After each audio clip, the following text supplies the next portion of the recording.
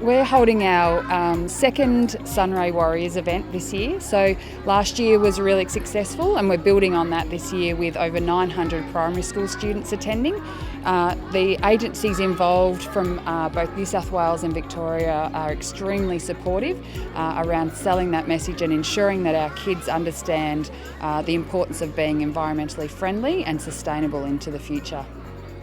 So this year is really important because it's 20 years of kids teaching kids. So I'm feeling very, very old, but also very proud because it started right here in Mildura on the banks of the Murray River. And you know, who would have thought 10 and 20 years later, we've got 140,000 kids that have been through the Kids Teaching Kids program. And that's, you know, literally thousands of Kids Teaching Kids workshops that have been all about inspiring on-ground environmental change.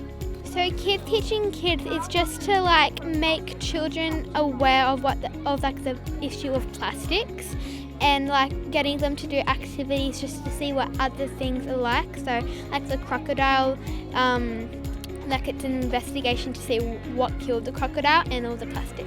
Learning about not putting stuff down the toilet, otherwise it blocks the toilet.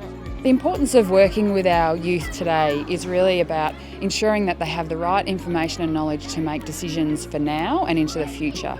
Our youth these days have an enormous amount of impact that they can make, and we want to ensure that they know what that impact is that they can make for the better.